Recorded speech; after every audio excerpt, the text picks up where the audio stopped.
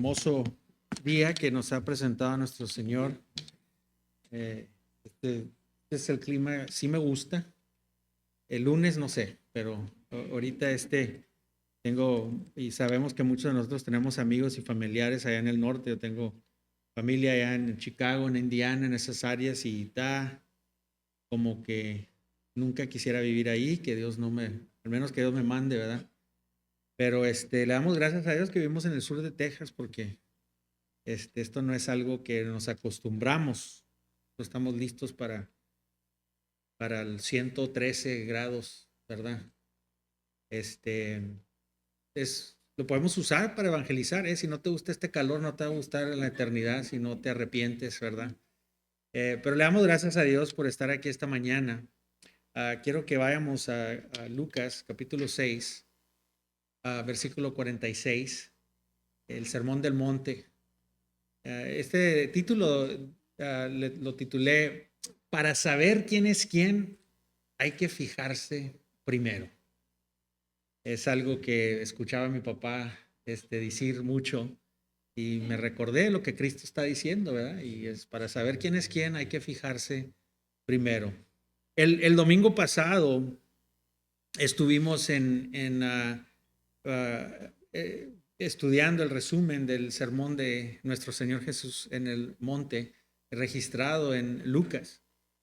Terminamos la sección, si se recuerdan, de juzgar a los demás. Concluimos que Jesús no está ordenando que no hagamos ninguna evaluación moral.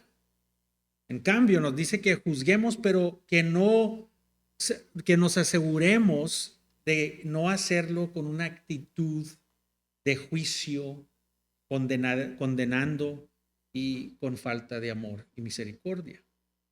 Nos dice que primero debemos de juzgarnos a nosotros mismos. Primero, debemos de juzgar nuestros pecados antes de ver los pecados de nuestros hermanos. Jesús quiere asegurarse de que sus seguidores no caigan en la hipocresía.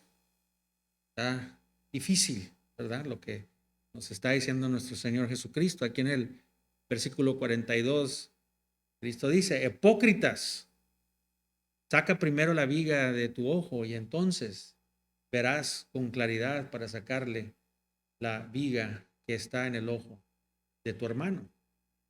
Hasta ahora Jesús ha hecho una clara distinción entre un verdadero seguidor de Cristo y uno falso.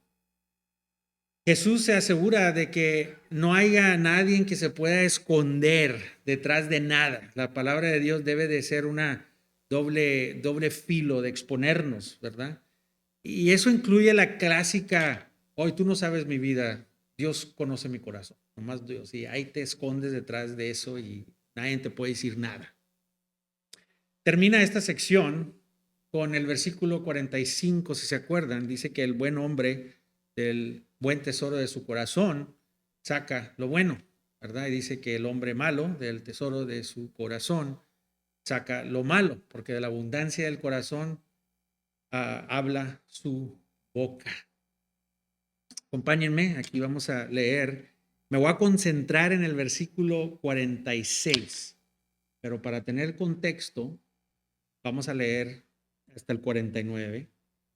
Y la palabra de Dios dice así: ¿por qué ustedes me llaman Señor, Señor, y no hacen lo que yo digo? Todo el que viene a mí y oye mis palabras y las pone en práctica, les mostraré a quién es semejante. Es semejante a un hombre que edificó una casa, cavó hondo y echó cimientos sobre la roca. Y cuando vino la inundación, el torrente dio con fuerza contra aquella casa, pero no pudo moverla porque había sido bien construida.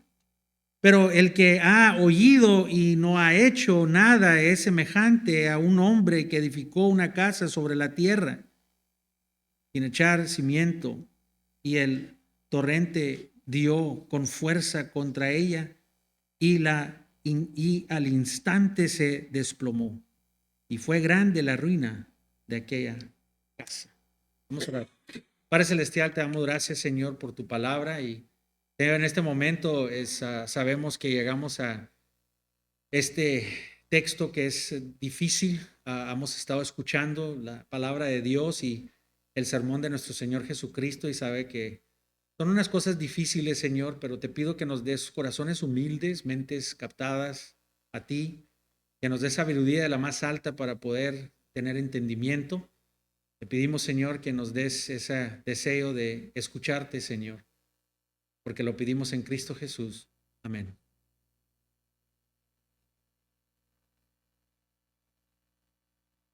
Oye, como les dije, me voy a centrar en el versículo 46 y el próximo domingo veremos la conclusión del sermón de nuestro Señor con la parábola de las dos casas que acabamos de leer ahorita.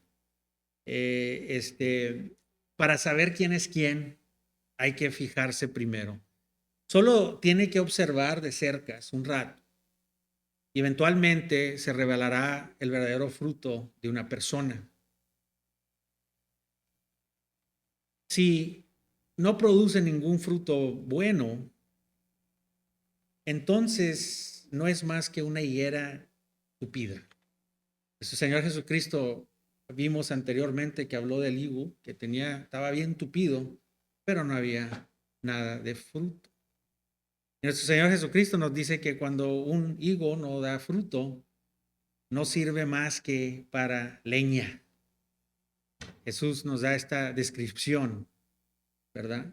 Puras hojas, pero nada de fruto. Para la leña eres bueno. Jesús nos da descripciones claras del fruto que resulta de un nuevo nacimiento en Cristo. Muy parecido al final del sermón del monte que vemos en Mateo. Aquí Jesús también termina con un llamado, igual como lo terminó en el sermón del monte, con un llamado de demostrar que son hacedores de la palabra y no solamente oidores de la palabra. Hermanos, qué trágico para tantos oír, pero no asimilar lo que oyeron. Esto no es nada extraño para la sociedad, hermanos. Si estudiaste negocios, si estudiaste enfermero, si estudiaste doctor, si estudiaste abogado, si estudiaste computadoras, se debe manifestar todos los que estuviste en la clase. Todo lo que aprendiste debes de poder simularlo, ¿verdad? Y Cristo no está diciendo nada diferente aquí, aunque en veces no nos gusta oír este tipo de mensaje, pero es lo que tiene Cristo. Está diciendo, oye, has estado conmigo desde capítulo 3, ahí que vistes que hice milagros, hablé cosas que nadie había hablado, traje la palabra de Dios, sané y hablé y me han seguido y ahora veo multitudes aquí en mi sermón. Ya que estoy acabando, les digo que ¿a qué me dicen Señor, Señor? Y no están haciendo lo que yo les digo que hagan. Ya me han seguido por mucho tiempo y han estado sentados oyendo, pero aún no hacen lo que yo les digo. Así es como cierra el Señor. No hay perfección, hermanos, en la cristianidad, pero la meta es hacia la perfección. La meta es aparecerte más y más a Cristo y menos aquel que te tuvo en esclavitud. Debes de verte más como aquel que te libró de esclavitud. Es importante entender eso.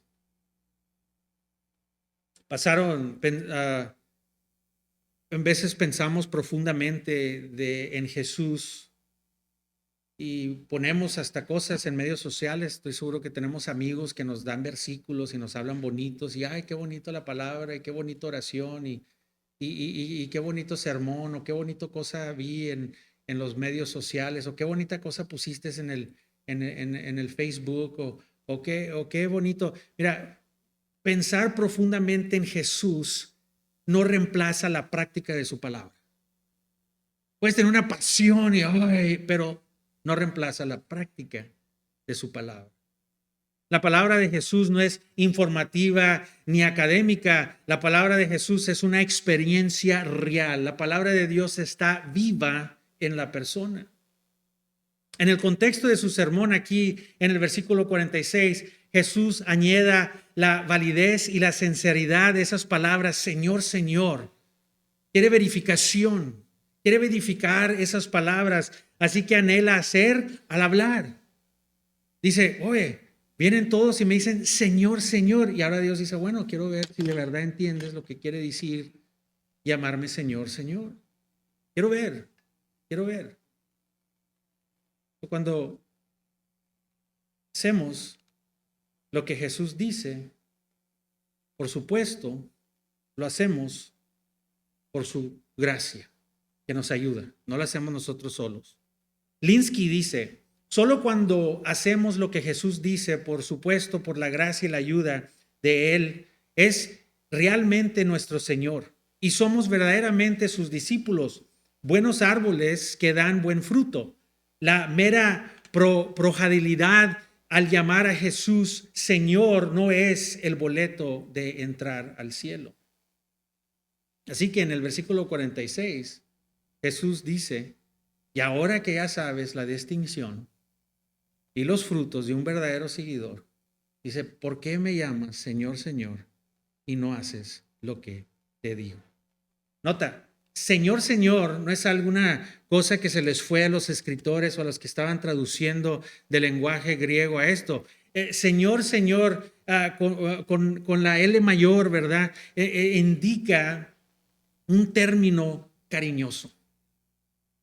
Es un término cariñoso cuando dice Señor, Señor, es un término cariñoso, un término con una relación cercana. La gente que viene y dice Señor, Señor, era una gente que le tenía cariño, era una relación que ellos hacían, se relacionaban con Cristo como algo cercano, pero aquí Jesús da una advertencia en una forma de pregunta.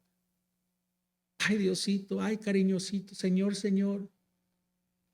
El punto de Jesús es de que si uno verdaderamente escucha la palabra de Dios, va a experimentar un cambio en sus corazones, va a experimentar un tipo de cambio en sus actitudes y en cómo viven, en su estilo de vida.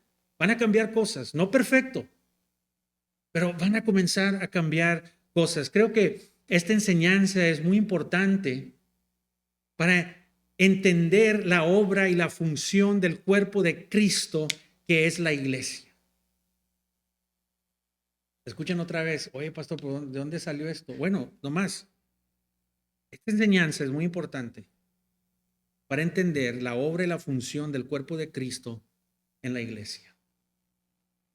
Esto nos ayuda como iglesia local a entender la función de Dios para la perseverancia de los santos, para poder llegar hasta el fin, para poder aguantar hasta el fin. Si nos da el Espíritu Santo, Dios sí nos da las Escrituras, pero Dios también nos da a la iglesia local como nuestros instrumentos para perseverar hasta el fin. El cristianismo no está destinado para que lo vivas en soledad, para que andes solo en el cristianismo. Sin la iglesia no podrás obedecer completamente a Dios.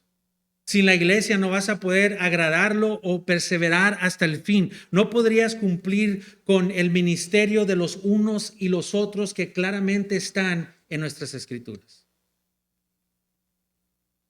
En Hebreos capítulo 10, versículos 23 o 23 al 25, vemos aquí lo que nuestro Señor Jesucristo está diciendo manifestado en la congregación, en la iglesia.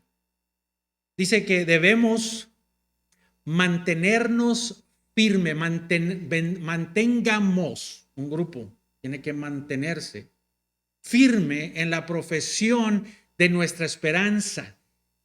Tenemos que mantenernos firme en la profesión juntos, no separados, en la profesión de nuestra esperanza, que fue la profesión que hicieron en su esperanza, su salvación.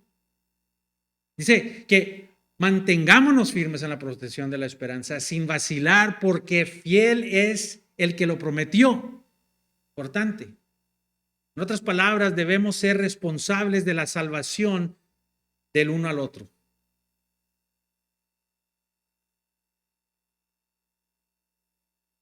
Consideremos, dice, unos a otros. Consideremos unos a otros. ¿Quién son? En amor, no vas a poder amar si no estás congregado. En buenas obras, no vas a poder usar tus dones que Dios te ha dado, dar buenas obras. ¿Quiénes son los otros? Pues claramente la gente de tu iglesia local. No puedes cumplir esto si no están conectados y adorando juntos. Luego dice, no dejando de qué? De congregarse. ¿Qué significa congregarse? Significa las reuniones de su iglesia, compañerismo y ministerio, que deben de ser una prioridad en la vida de un cristiano. Luego vemos la advertencia, no dejando de congregarse como algunos tienen que, por costumbre. Una cosa que muchas veces nos sentimos, no quiero empujar a alguien. Si es tu hermana en Cristo, es tu hermano en Cristo, hay un peligro cuando se hace en un lado de la iglesia. Hay un peligro grave. Esta es una advertencia sobre abandonar sus propias reuniones. Y no estamos hablando de que aquí en Hebreos están hablando de venir a la iglesia el domingo, hermanos. Se trata de convivir juntos, de tener compañerismo, de hacer ministerio juntos, de tener ministerios, ayudar, animarse, de ir juntos al hospital, ayudar a sus hermanos, de ir a la comunidad, de poder estar ministrando el uno al otro. No estoy hablando nomás de atendencia,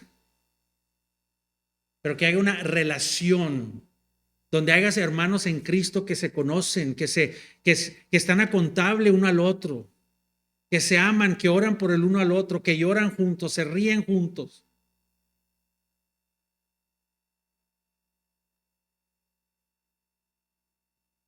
No se trata de obligación o de asistencia, hermano. En cambio, se trata de que Dios lo está protegiendo a usted de ti mismo y del maligno. Escucha, cuando tienes compañerismo o si se congrega y hace ministerio, no le estás haciendo ni un favor a nadie. No te estoy rogando que vengas a la iglesia, ándale, anima. No, te estoy animando para que places a Dios, porque la Biblia dice que debemos de tener estas reuniones y congregarnos. Y cuando vienes, está bueno, voy ahí, como si me están haciendo un favor a mí o como si te están haciendo un favor a ti. Cuando tú le hablas a tu hermano o a tu hermana y como que se están haciendo un favor, hermanos, al contrario, es para tu propio bien. Es para su beneficio que Dios le dio la iglesia local. La congregación se constituye de un rebaño y usted estando fuera del rebaño, el león rugiente vendrá y lo arrebatará.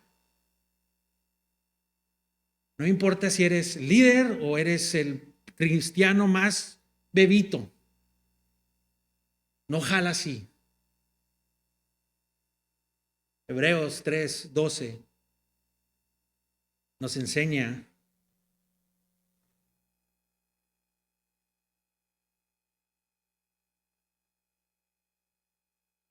más peligros de abandonar y congregarse. Dice, tener que cuidado, una advertencia, hermanos, ten cuidado, hermanos. No sea que alguno de vosotros haya un corazón malo de incredulidad para apartarse de qué? Del Dios vivo. Amén. No nos da temor eso para nuestros hermanos. Ten cuidado que uno de nosotros pueda caer con un corazón malo de incredulidad y nos apartemos de Dios y se vayan y no hicimos nada, nomás dejamos y fuimos nice. Fuimos nice.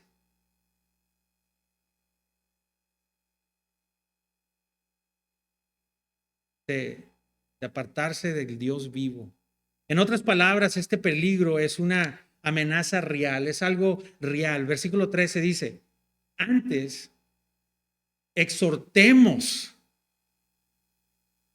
los unos a los otros todos los días, mientras todavía se dice hoy, no sea que alguno de vosotros sea que endurecido por el engaño del pecado, hermanos. El pecado te va a engañar. Tú no puedes con el pecado, no puedes.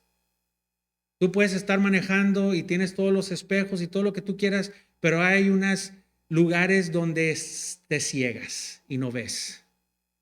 Y necesitas la palabra de Dios. Necesitas a tus hermanos y el Espíritu Santo para que te puedan enseñar las cosas que tú no puedes ver, hermano. Al menos que andes como por muchos de nosotros, cada espejo que pasamos, ¿verdad? No, aquí no, en otras iglesias son bien, aquí no hay esa vanidad, pero siempre estamos viendo la reflexión de nosotros. Pero imagínate que aún así nos subimos y tenemos una espinaca en el diente o tenemos algo en la nariz y andas así todo el día.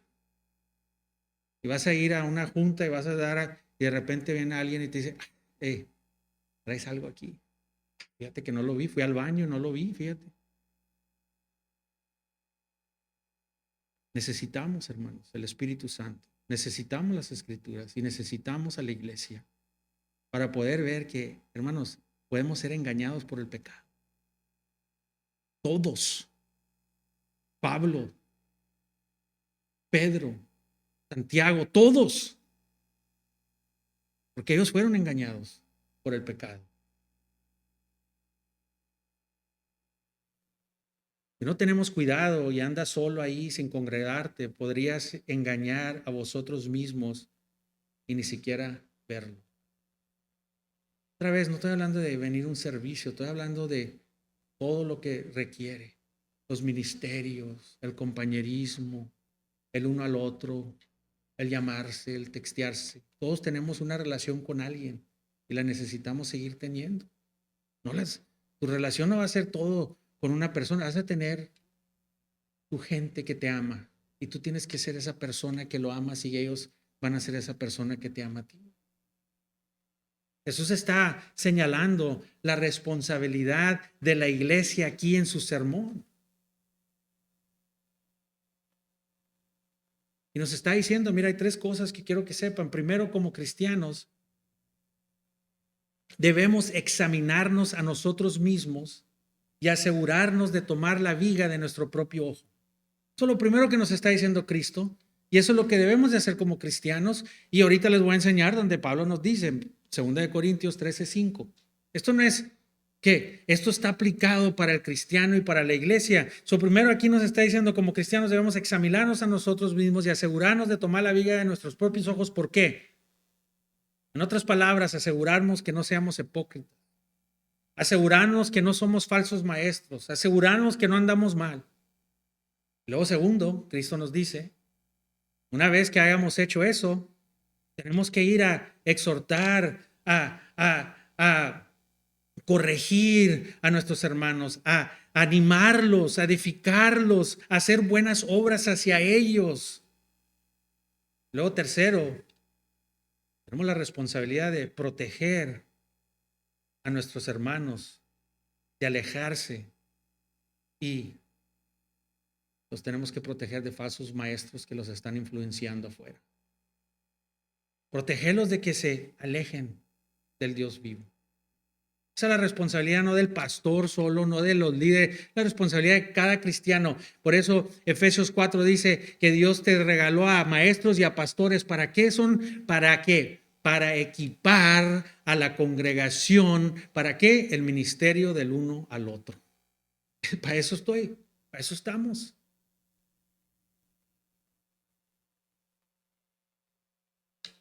Así que Jesús nos está dando estos tres principios para que la iglesia los obedezca. Y por lo tanto, proteger al rebaño a través de la perseverancia de los santos. Para proteger también lo hizo aquí. Nuestro Señor ha distinguido a los buenos corazones cristianos y los corazones que no son cristianos. Ahora dice, en cierto sentido, tristemente, muchos de ustedes están diciendo y confesando que yo soy su Señor, pero sus acciones no coinciden. Dios dice que si me sigues, crees que me sigues, pero no coinciden. A lo mejor estás mintiendo o a lo mejor no estás mintiendo, a lo mejor nomás te engañas a ti mismo, porque no manifiestas un fruto de un verdadero seguidor. Jesús nos advierte, hay cizaña entre el trigo. Hay cizaña entre el trigo. Miren conmigo aquí Mateo capítulo 13. Mateo capítulo 13, versículo 24.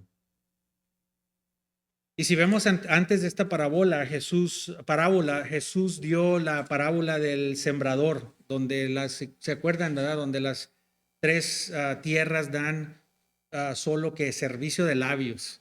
Las primeras tres tierras donde se plantó la semilla, ni uno pudo, nomás era hablar, mucho hablar y nada de hacer, o como Lucas dice, ¿verdad? Me dicen Señor, Señor, pero no hacen lo que les dice.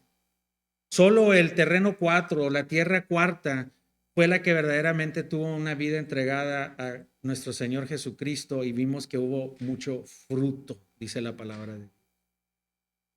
Entonces aquí en Mateo capítulo 13, versículo 24, el reino de los cielos se compara de dos grupos. Y los dos grupos que hay en el reino de los cielos es falsos profetas y verdaderos discípulos.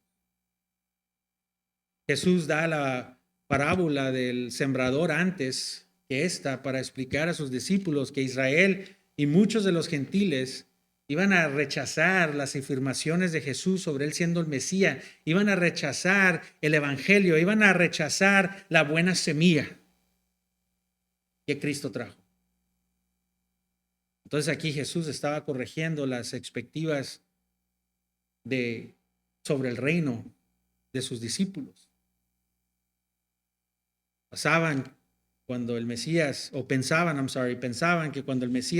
estableciera su reino, cuando Cristo vino, nació de una virgen, vino, creció, se manifestó como el Mesías, ahí ellos pensaban que su reino, todo Israel y todos los gentiles se iban a someter a él. Ellos pensaban que ya había llegado ese tiempo. Ahora aquí en la parábola de la cizaña, Jesús explica que el reino mismo será mixto en carácter. Pensaban que sería perfecto y que involucraría un gobierno sobre todos los justos del mundo, que todos iban a ser en ese momento seguidores de Cristo. Esperaban que todos los participantes del reino conocieran al Señor y creyeran verdaderamente en el Señor. Pero Jesús les está explicando cómo sería el reino de los cielos en esta parábola. Y le dice, va a haber dos eras. La era de la venida de Cristo la primera vez y la venida de Cristo la segunda vez. La parábola de la cizaña está diseñada para mostrarles que en el reino de Cristo los hijos del reino y los hijos del maligno van a existir uno al lado de otro durante mucho tiempo. Por eso deben esperar pacientemente y cuidadosamente en cómo juzgan, porque tenemos que tener cuidado de no dañar a los que son creyentes. Esta parábola está diseñada para recordarles a los discípulos que habrá juicio y condenación para aquellos que parecen estar en el reino, pero no están.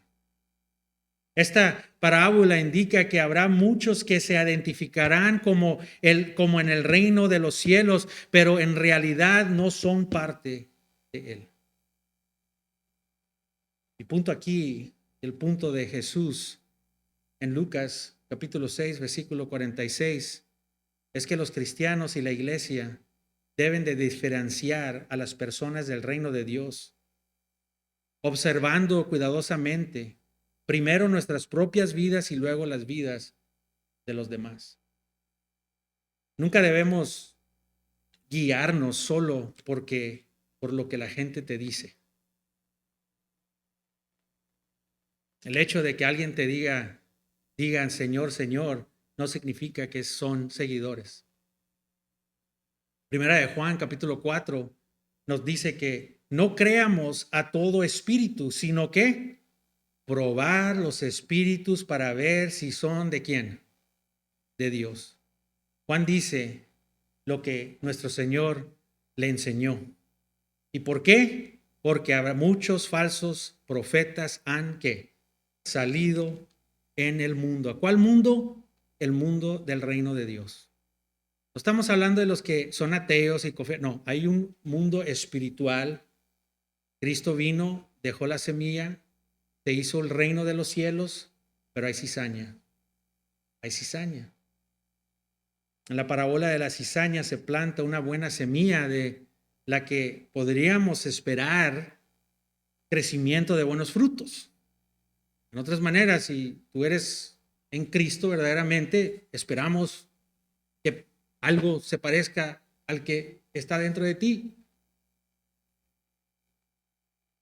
La cizaña era la falsificación perfecta para que un enemigo sembrara después de poder sembrar la buena semilla. Sí, la mejor falsificación es la que más se parece a la original. Esta es la mejor falsificación, la que más se parece a la original. Segunda de Corintios 11:4 dice que Satanás tiene incluso un Jesús falso. Pablo advierte de alguien que vino a predicar otro Jesús que no hemos predicado.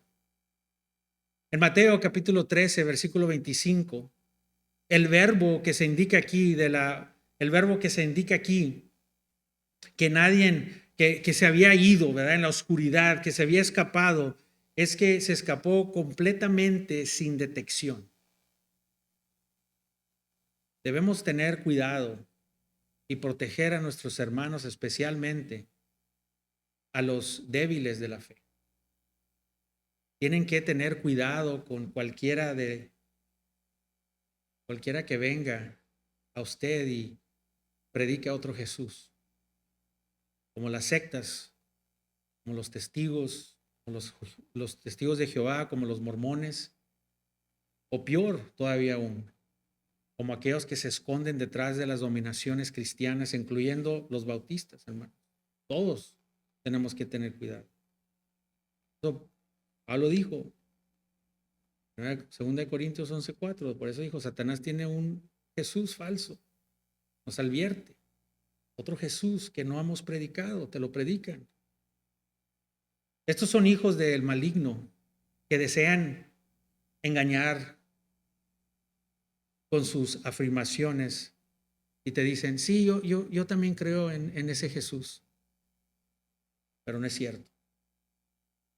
¿Con qué facilidad decimos, oh, yo conozco a esta persona, es cristiana, porque va a la iglesia cristiana? Pero nosotros mismos no hemos probado el Espíritu. Escuchen, probar el Espíritu no es preguntar, oh, ¿eres cristiano? O, ¿a qué iglesia perteneces? Con tanta facilidad, en veces, hermanos, enviamos a la gente a la boca del león porque somos descuidados. Aquí la pregunta de Jesús implica que hicieron profesión de su señorío, pero no hay fruto acuerdo con el arrepentimiento, acuerdo con aceptarlo como Señor. En pocas palabras, los profesores que profesaron que no son hacedores. Y lo que está pasando es que se están engañando a sí mismos. Y la razón por lo que no hacen es simplemente porque no pueden, hermano. No podemos hacer a alguien que haga esto. No puedes tú ponerle carga a la gente a que actúe de una forma, porque es imposible para nosotros y es imposible para ellos, porque los hacedores necesitan el poder sobrenatural, necesitan el Espíritu Santo para comenzar a obedecer las palabras de Jesús. Quisiera que me inyectaran cuando vine a la regeneración, que me inyectaran y ya, no, hermanos, es un proceso. Es un proceso de santificación, poquito a poquito. Vemos el árbol, yo soy de manzana, pertenezco a este árbol de manzana y vemos ese arbolito y se mira una cosita chiquitita así, poquito. Eso es una manzanita. Y acá una un poquito más grande, no, esa ya se está viendo bien y cuando crezca va a estar bien rica esa. Y acá vemos otra más mediana, no, esa va bien. Y luego vemos la madurota y wow, pero todas son fruto. Y tenemos que tener cuidado de primero saber quién es quién y fijarnos primero. Por eso es importante que tengamos ese compañerismo para saber quién es quién. Amén. Hermanos, solo puedes llegar tan lejos por tu propia cuenta. Si quieres vivir la vida cristiana por tu propia cuenta, ¿sabes lo que pasa? Y te voy a decir lo que veo en muchos profesantes cristianos. Si tú tratas de vivir la vida cristiana solo, siempre terminarás derrotado. Tienes victorita y no victoria y otra vez caes y luego vienes y no hay victoria. Te sientes forzado, tengo que ir y estás forzado, te sientes miserable. Escucha, ¿pecan los cristianos? Absolutamente. Por supuesto que sí. Pero hay una diferencia muy grande entre un pecador que lucha, que está en la pelea, que no está bien con su pecado, cuya vida manifiesta un estilo de vida en la dirección, no perfección, pero en la dirección de la santidad, y hay frutos de victoria y obediencia, a un pecador que quizás puede sentirse mal por sus consecuencias de sus pecados, pero pecan habitualmente y aceptan su pecado como, pues, ni modo, así es, algo bueno. Cada vez más se encaminan en la dirección opuesta a la semejanza con Cristo. Menos y menos se miran como Cristo. No hay un deseo de someterse a su palabra. Apasionar y teniendo una pasión por la palabra no significa obediencia. Pasión sin obediencia no significa nada. Dios dice, no deseo sacrificio. ¿Qué desea? Obediencia. Y no es una obediencia forzada. Por eso en veces te sientes forzado. No es una obediencia cargosa.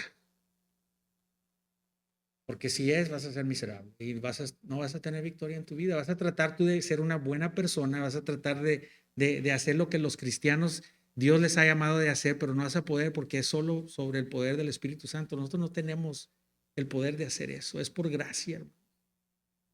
Y eso se va a ver en veces en el cristiano, se va a ver un poco caos en la vida de un cristiano, pero más y más va hacia la dirección. Eso no es perfección, sino es dirección.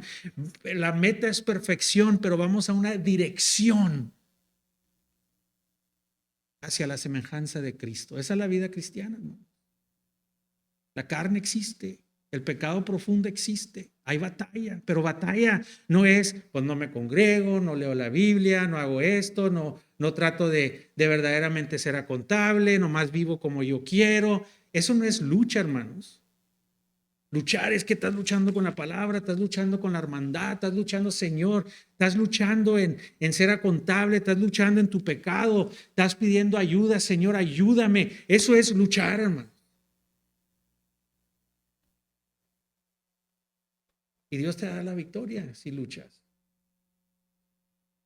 Pero aparte de Él no podemos hacer nada.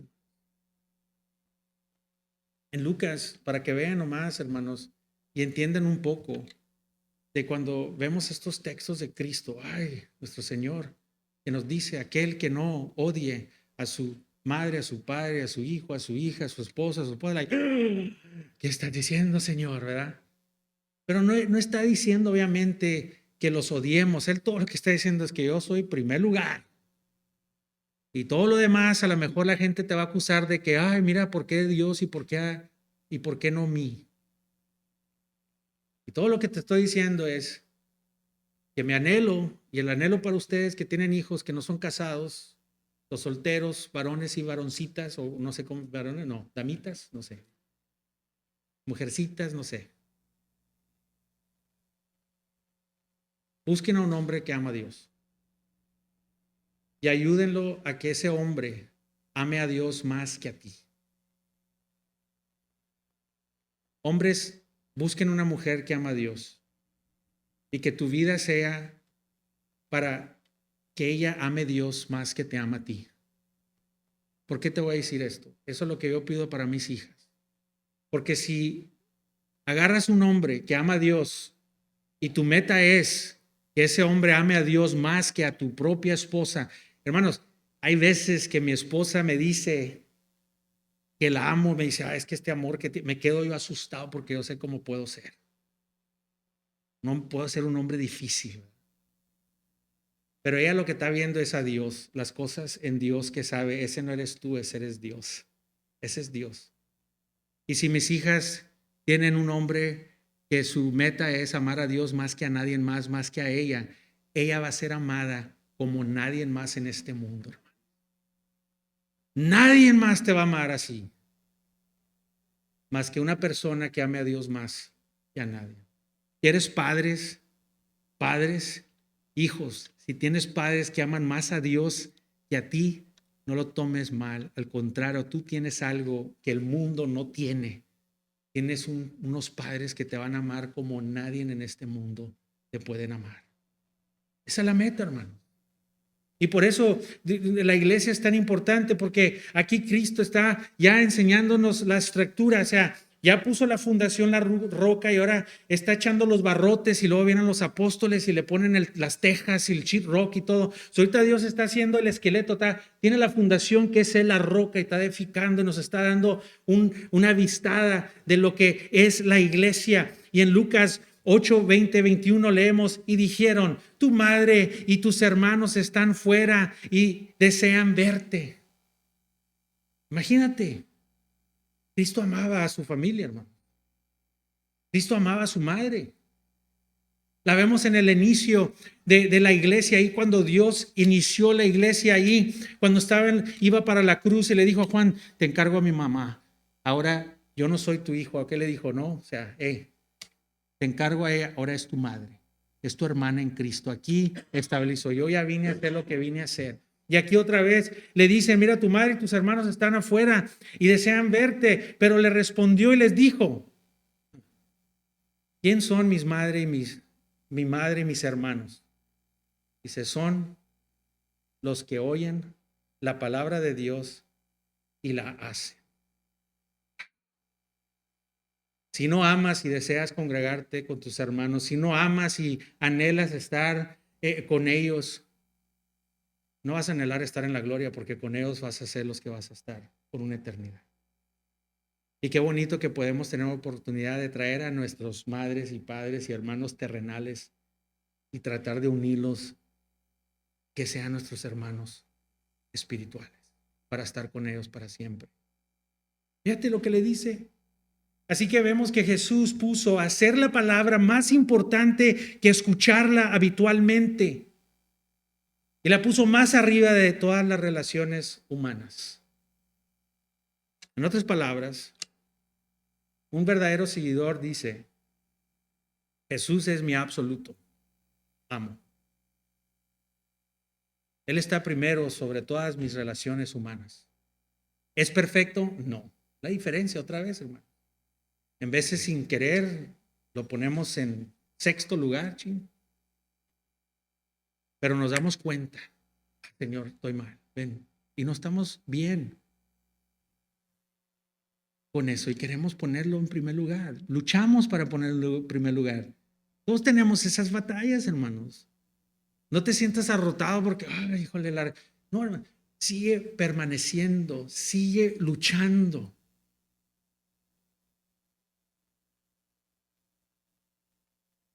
Hermanos espirituales son eternos. Esos son los que verdaderamente son mis hermanos. Entonces, dice Cristo, ¿por qué me llamas Señor? Jesús está diciendo, o mientes o te engañas a ti mismo porque tus acciones y tu estilo de vida demuestran que eres Señor de tu propia vida, no la de Jesús. El señorío exige obediencia, hermano. Sé que algunos cristianos pueden estar de desacuerdo conmigo sobre el señorío de Jesús. Muchos cristianos están de desacuerdo conmigo, dicen, han creído, pero aún no lo han hecho Señor. Me quedo yo, wow, ¿cómo jala eso? Vienen y me dicen, no, es que mira hermano, tú no entiendes. Ellos ya lo tienen como Salvador, pero todavía no lo tienen como Señor. Pero yo creo que las escrituras están claras. Yo creo que nuestro Señor Jesucristo está claras, que Jesús es Señor, punto, cuando vienes a Cristo. Que fallemos en veces de tenerlo en ese lugar, pues es otra cosa. Pero debe de ser nuestro entendimiento que servimos a aquel que nos salvó y no a aquel que nos esclavó.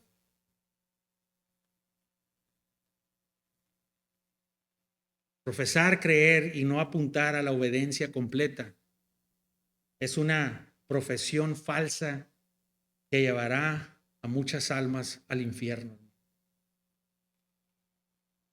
Cuando recibimos a Jesús como Salvador, también recibimos a Jesucristo como Señor de nuestra vida.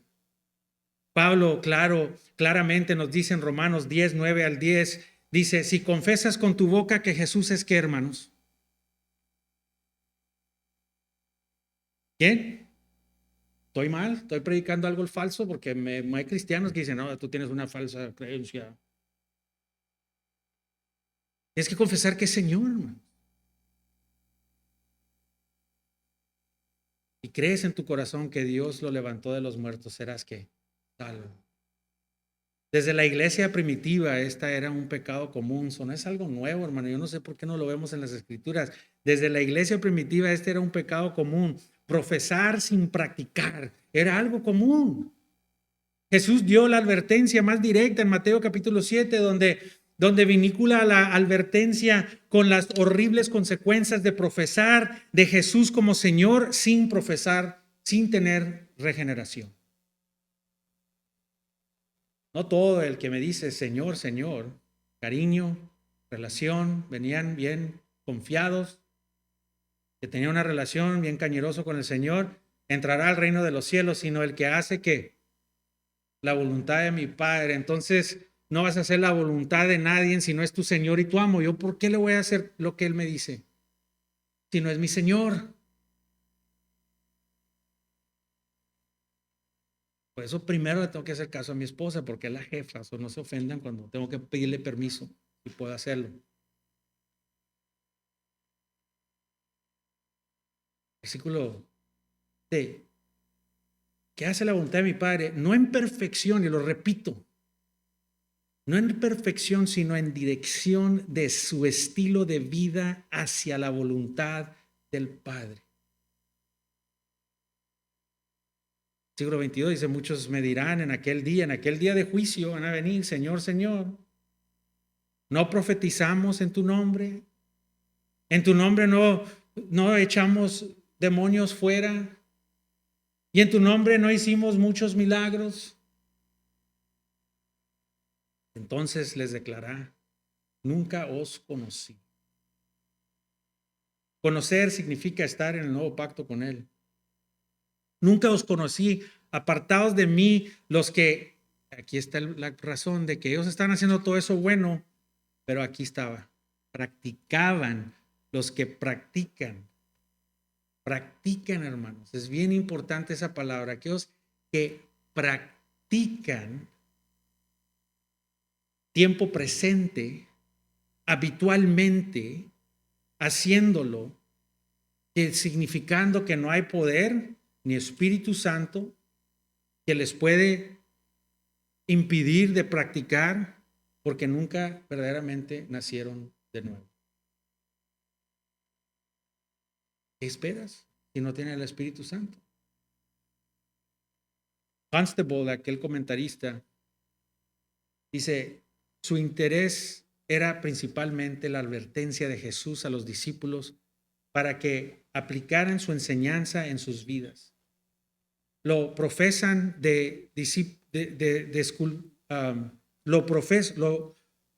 la profesión de discipulado es una cosa, pero lo que identifica a un verdadero discípulo de Jesús realmente es hacer la voluntad de Dios. Otra vez, ¿qué dice Jesús? Mis discípulos son quien, aquellos que hacen la voluntad de Dios. Listo, así serán que son mis discípulos, amar a tus hermanos. Así serán que son mis discípulos. Y nos dice, así es ser mi discípulo. Esta es la marca. Un discípulo no puede decir y referirse como un seguidor y tener a Jesús como Señor, ignorar lo que Él está enseñando. El mal que nuestro Señor está exponiendo siempre ha existido en la iglesia de Dios. Como les dije, se encuentra en la iglesia del primer siglo. ¿Por qué crees que Santiago dice ser hacedores de la palabra y no nomás que oidores de la palabra, engañándose a vosotros mismos? Hermanos, hay una falsa enseñanza muy extendida en la iglesia evangélica hoy que dice, puedes aceptar a Jesús como tu Salvador, pero obedecerlo como Señor de tu vida es opcional. Vienen, los invitan a una, ¿cómo se dice? Ven a orar aquí enfrente, oran, ay, qué padre, órale al agua, patos, los bautizan, salen y viven peor que como se metieron al agua. Viven como se les da la gana y traen un boleto. Ah, no, espérate, yo hace mucho, mira, yo hice una confesión en el altar, me bauticé y aquí tengo mi boletito del cielo. Estas personas piensan y enseñan equivocadamente y se mantienen, piensan que están manteniéndose fieles en la doctrina de la salvación por gracia mediante la fe, aparte de las obras humanas, incluso sostienen la importancia de someterse a Cristo como Señor, pero insisten equivocadamente en que la obediencia no tiene que ver con la fe salvadora que salva. Hermanos, las obras y la obediencia no es salvación por obras, hermano. Porque por gracia somos salvos, ¿verdad? Sobre la fe, nada que nosotros podamos hacer, es un don de Dios que nos da. Entendemos, la obediencia no es que lo que nos gana la salvación, sino la obediencia es el resultado de una persona que ha sido regenerada. Son resultados. ¿Y cómo mucha gente batalla con eso, no? Yo me casé con mi esposa porque la amo y vengo y les digo, ¿y qué esperan de mí hacia ella? Amor, amarla, cuidarla, ¿verdad? El resultado del amor que le tengo a mi esposa se manifiesta en cómo la trato. Si a algunos les gusta la mala vida y cachetada, eso es otra cosa. Pero nomás ponte a pensar, cómo te trata tu esposo, ¿manifiesta como la amas? ¿Está manifestando amor?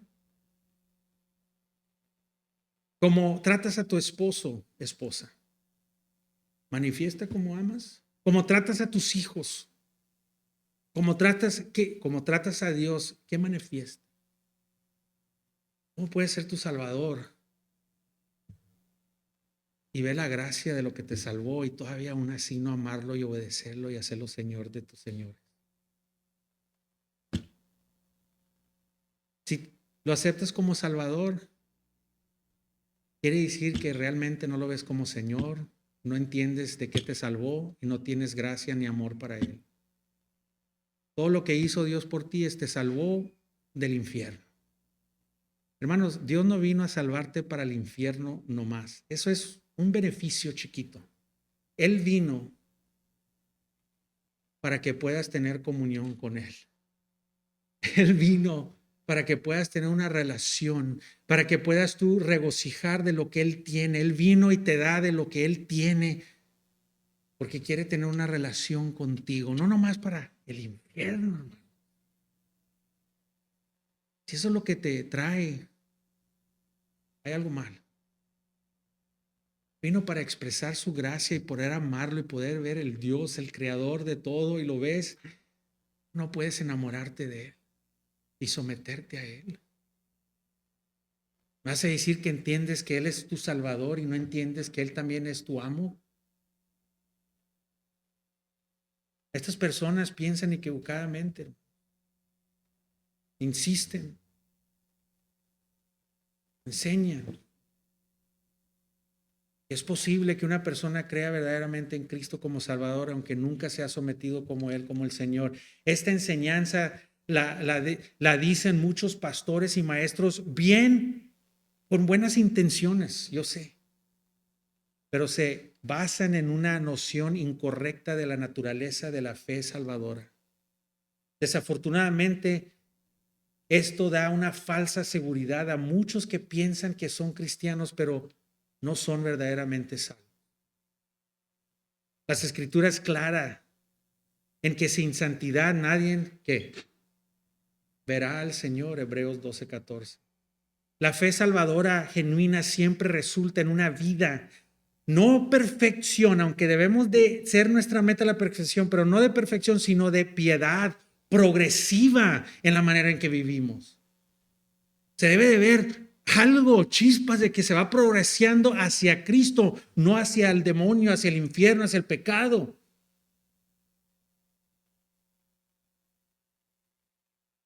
Esto no son obras, sino los resultados de las almas regeneradas. Si una persona afirma ser salvo, pero no ama a su prójimo, no ama a su hermano, no se congrega, no tiene hambre por la palabra de Dios, no tiene un odio creciente hacia el pecado y no crece en su vida piadosa.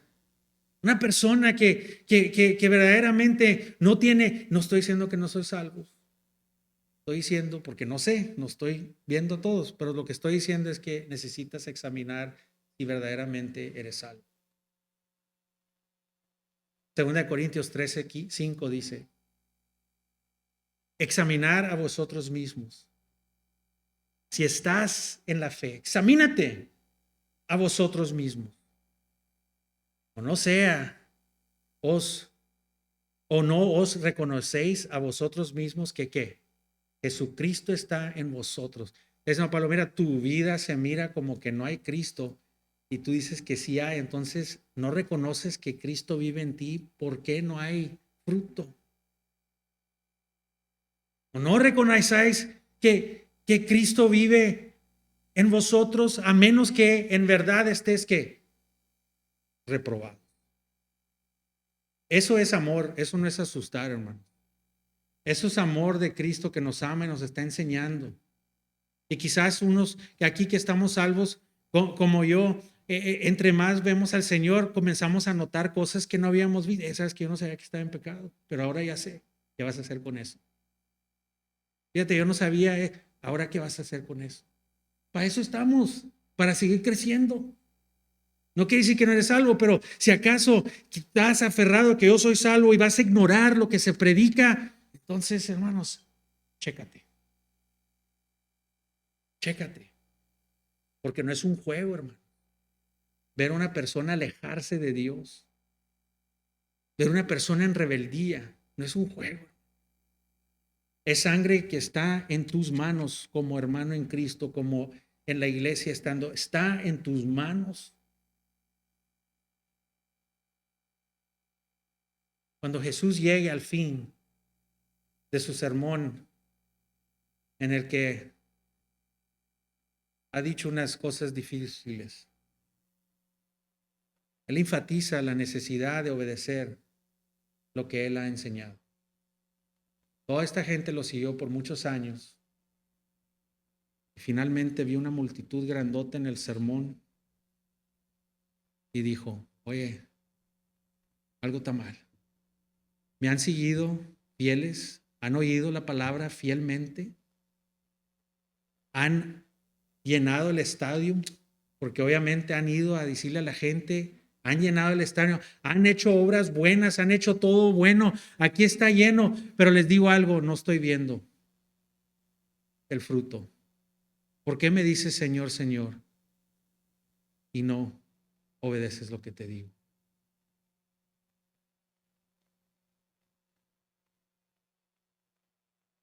Pregunta a él directamente antes de pasar y concluir su sermón. Si quieren saber, una de las cosas que tengo en todos mis sermones es siempre el resumen, concluir directamente. Eres responsable por lo que has escuchado. Cada uno de nosotros. Y ahora directamente, antes de pasar a concluir a su sermón, que si Dios quiere el domingo que viene, vemos, ¿por qué me llamas Señor, Señor y no haces lo que yo te digo? Jesús sigue preguntando hoy, ahora que has oído mi palabra, déjame preguntarte algo. ¿Anhelas? ¿Anhelas obedecerla? Me llamas Señor, pero ¿estás haciendo lo que yo te digo? Esta mañana Jesús está hablando a nuestros corazones. No te endurezcas tus corazones. No despidas esto como algo que no tiene importancia. Nuestro Señor nos está señalando con amor el camino que debemos seguir para que nadie perezca, para que nadie se pierda. Hoy es el día de hacer las cosas bien. Si quizás esto te molesta y te incomoda y dices, ¿sabes qué? Fíjate que no sabía y voy mal, pero ahora es el día de venir con el Señor y Él te dará todo lo que tú necesites. Quizás a lo mejor estás batallando. Hoy es el día de venir y rendirte a Él y decirle, Señor, ¿sabes qué? Yo creo que sí soy salvo, pero mucho lo estoy haciendo en mis propias fuerzas y no me has sometido completamente a ti. Señor, sé que eres mi Señor, pero no me estoy sometiendo completamente a ti. O quizás dices, no, pues voy bien.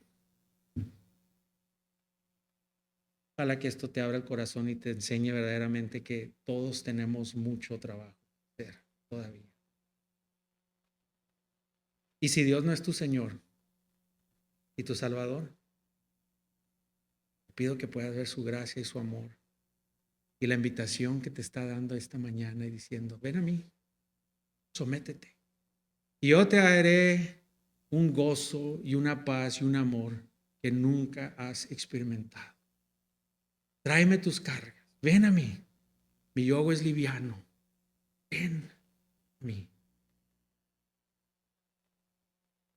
La obediencia, Jesús nos está mostrando aquí que la obediencia a Cristo no es opcional, sino que es el resultado de su gracia salvadora en nosotros. La obediencia creciente es el fruto mismo que está en el fundamento de la vida cristiana. Pero eso sí les digo ahora, que para nosotros esto es imposible. Pero anímate, porque a través de Dios todo es posible. Vamos a ponernos de pie.